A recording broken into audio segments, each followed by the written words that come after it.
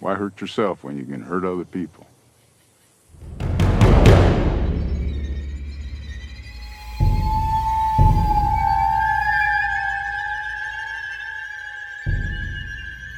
Out in the boonies of Georgia, many bandits roam the lands, looking to plunder the unfortunate souls lost in the darkness. Capable of the most disturbing acts known to man, these bandits show no mercy for others, and even for each other. One of these hostile groups we come to know in the Walking Dead TV series are known as the Claimers. The Claimers are expanded versions of the Marauders from the comics and have much more of a role to play in the back half of Season 4. Made up of rugged outdoorsman types, the Claimers, much like Daryl, found themselves at their strongest when the world came to an end. Our story begins in the apocalyptic wilderness, as Rick, Michonne, and Carl take shelter inside an abandoned house, following the governor's attack on the prison. Rick got the ever-loving shit beat out of him by the governor and requires rest to heal up.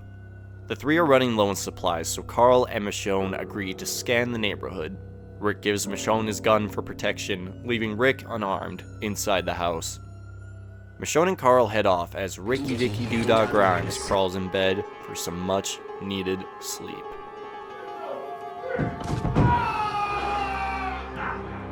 Someone's in the house. A lot of people are in the house. What the hell is going on? Rick quickly takes cover underneath the bed as sweat drips from his face. He has now found himself suddenly trapped inside a group of traveling bandits' camp for the night. Rick deliberates what to do for quite some time. The thought of Carl and Michonne walking into what could be the end races through his head. It doesn't matter who they are a threat. His experience with the governor has proven not everybody is friendly out in the wasteland. He knows he needs to get out there, and he goes to make a move, when one of the new house tenants decides he wants to take a nap in his bed. His bandit buddy walks in and says the bed is his, and claims it. These respectful gentlemen shake hands and... Oh, never mind. As the bandit gets choked out by his own companion, his eyes lock onto the monster under the bed before blacking out. Rick knows his time is up and he needs to leave now. As the raiders move throughout the house, Rick navigates throughout the rooms like an airbender, swiftly and quietly. He enters the bathroom seconds before being spotted, but the jig is up. Rick strangles one of the bandits to death without making a sound, and leaves the door cracked open as a little gift to the others. Jumping out the window, Solid Snake over here is out of the house, but not out of danger.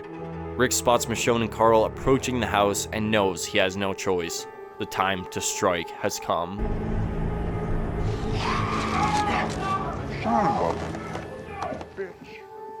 At the perfect moment, Rick's walker bomb goes off, clearing the way for the three to get away. It was a close call, but the danger is behind them now, and only sanctuary lies ahead. Or so they thought. Now, Daryl had escaped the prison massacre with Beth, and found himself warming up to her over time. The two acted as a light for each other in one of the darkest times of their lives. That is, until that light was snatched away from Daryl by a car with a cross on the window. For miles he chases after her, through the night and through the day. But Beth is gone. Daryl gives up, laying down in the middle of the road. His last friend is gone, and he thinks it's all his fault. He has nothing and nobody. So when the Marauders find him in the road and don't kill him, he joins them because what else is there? The leader of this group introduces himself as Joe, along with his traveling companions Len, Tony, Harley, Billy, and Dan. Joe sees Daryl as the same as him, someone who was brought to his best when the world fell. It's clear Joe is a dangerous man, but shows a surprising level of honesty and patience towards Daryl. But Daryl at this point is just kind of going with the flow, hearing Joe's words, but not fully listening to what they mean. Joe explains the way they have managed to stick together and not rip each other's throats out is through a simple set of rules he's installed. Don't steal, an obvious one. Don't lie. Joe made it clear to Daryl he has no patience for liars, and sees it as one of the worst crimes they can commit, admitting he prefers the company of animals because they can't lie. And the final and most important rule, if you want something, you claim it. The word claimed carries more value than food in this clan. It's all you have to say to solidify something as yours, to prevent infighting amongst the group. These simple rules keep the claimers together and strong, and admittedly, Daryl sees the logic in this simplistic way of life, opting to join them, at least until he can track down a lead on Beth. Daryl's time with the claimers isn't all sunshine and rainbows, as even though the rules are in place to keep the peace, some members like Lou over here like to find loopholes to get ahead, as in the end, it's every man for himself after all. Daryl spends hours hunting a rabbit, just for Lou to con him out of it by enacting the claim rule. Joe acts as the peacekeeper, splitting the rabbit in half and sharing it between the two, as he knows Daryl is still new to the rules. Now, this shows us a couple things. These people are not loyal to each other. They will try to bend the rules to get ahead of one another. But it also shows us Joe is lawful and understands every situation isn't black and white, acting as a great mirror to Daryl in the way he believes in honesty and the laws of the new world. Daryl knows these guys aren't going to turn into his new family, but adapts to their way of life. As they set out, Joe confesses they are tracking a man who killed their companion in a bathroom. There's no inclinations to Daryl this killer is actually Rick, but unknowingly, his path is set in the same direction as his lost brother. As the claimers turn in for the night in an abandoned shop, Lou plants the other half of the rabbit on Daryl, accusing him of breaking the rules of the group. Joe becomes the judge and jury, hearing out both sides of the conflict. Daryl claims Lou planted it when he stepped out, and Joe gives Lou the floor to tell the truth. I didn't. Good. Well, As the claimers beat down on their own companion, Joe confesses he watched him do it. Daryl here realizes the brutality of this new crew and severity of breaking their laws. As they set off after Rick, Daryl has a fleeting moment of empathy for the now deceased Lou, but goes back on it as the brutal nature of the claimers has begun to rub off on him. That night, Rick, Carl, and Michonne set up camp for the night on the side of the road. Cracks are heard in the woods, but they chalk it up to paranoia. Carl sleeps in a nearby car as the two reflect on their situation and what lies ahead at the end of their journey. The road has been long, and food has been oh dearie me. You screwed up, asshole. Rick is suddenly held at gunpoint as the claimers surround them. They have tracked them, and the time for reckoning has come. As Dan rips the sleeping Carl out of the car, Rick knows exactly what this is about as Tony recognizes him from under the bed. Rick's pleas fall on deaf ears as Joe taunts the three with threats of torture for Rick's crimes. As Dan begins violating Carl while Rick watches, Daryl emerges from the dark, expressing to Joe, "These are good people and don't deserve what is about to happen."